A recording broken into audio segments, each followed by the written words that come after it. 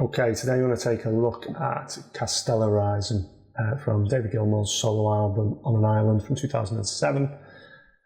Made a nifty little discovery that the Litigator amp does a great job combined with a tube screamer to get the sound of the Cornish G2 pedal, which they used for a lot of his sort of transparent overdriven sounds on the album. So I had a bit of a play around and came up with this patch. Now, as you'll see, we've got a top path and a bottom path. The bottom path is going to be for some synth sounds using the new 3-note generator, and I've got two in play running parallel with each other, just so I can get more detailed chords, 4 or 5-note chords. And we've got them set up to snapshots for the entirety of the song. So we've got an E minor, G6, F sharp 7, B sus4, B, C and E. Now it requires an absolute shed load of tap dancing to do it. I've also got a volume pedal set up to fade stuff in and out, should that be your desire. So yeah, we've got the two here. And the chords are all set up and they'll change with the switches. It then goes into the volume block so you can fade them in and out. So if you don't want to use it and you just want to play along to a backing track, of which I have a fantastic one, you just keep it in the 0.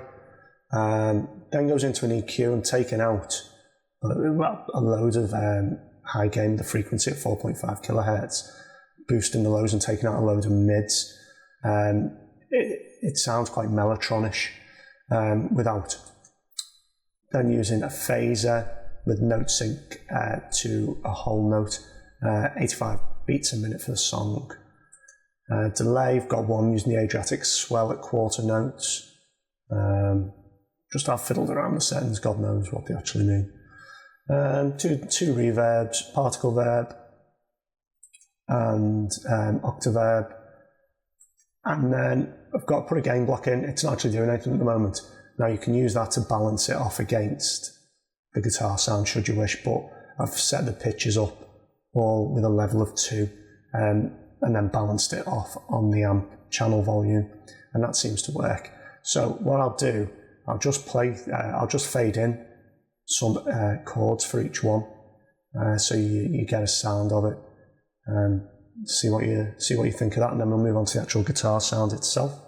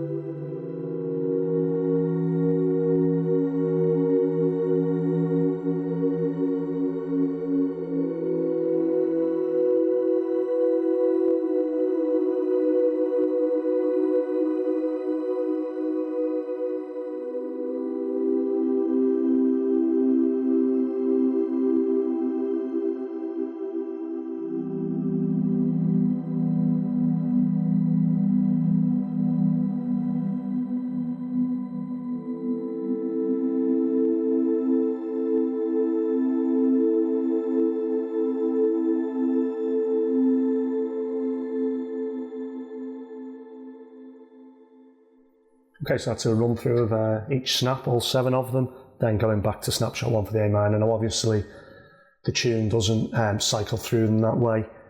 It goes sort of A minor, G6, F sharp 7, back to G6, back to E minor, then throws in the B sus4 and the B, and then when it comes to an end it uses the C and E minor chords, but I'm sure you can all work that out. But it is a lot of tap dancing if you want to do it that way, gang. But they're there for you to use should that be your heart's desire. Okay, so let's have a look at the guitar sound. So we're using the Spank 5 for the Variax. Got 1,000 milliseconds on the input gate with 65 dB. If you want to turn it off, you can. You'll get a bit more sustain, but there's a lot of handling noise going on. So if you want to play this just with a regular old Strat, it's the neck position. He played it on his black Strat with Damasio pickups in, I believe. Okay, LA Studio Comp, peak reduction up full, gain on 6, set to compress, everything else up at 10 and 100% other than the level, which is Unity. Scream 808, gain at 9, tone at 7, level at 9, so I'm pushing the front end quite hard.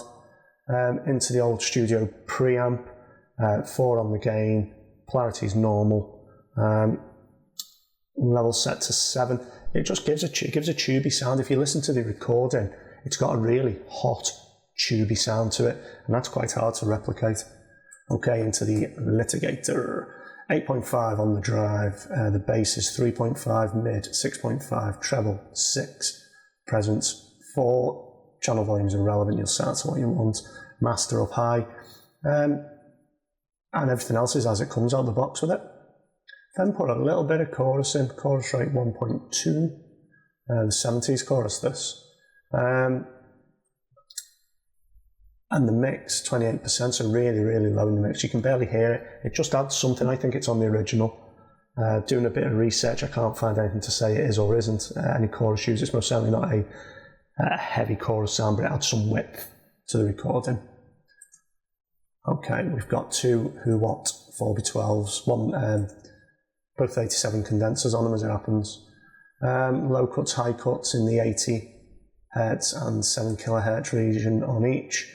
One's got a 12-inch off on the mic with 68% early reflections, and one is close mic'd with no % early reflections. Using the transistor tape delay at 35%, set to an 8th note.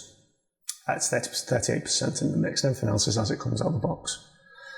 And finally, some Hall reverb, quite a bit of decay on it, 6 at 60 milliseconds pre-delay. 40%. Trail set to 1 on, everything there. I've turned them off on this one to try and reduce, on the bottom path, to try and reduce the chord swap over time. It can sound a bit blubbly if you don't fade it in and out. You get away with it. But by turning the trails off, they're not bleeding into each other. But if you want to switch them on, you crack on, download the patch and do that. Okay, so we'll have a little play of this. We'll see what you reckon of it.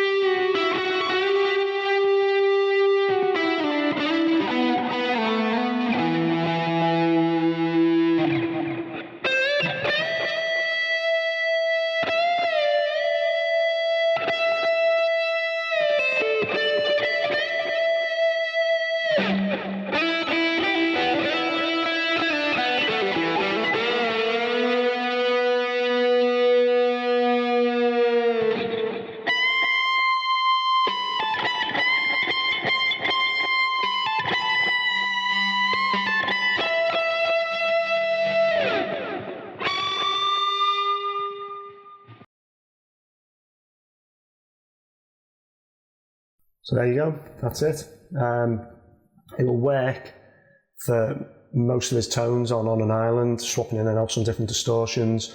Also the live in Dansk, live at the Albert Hall sort of stuff.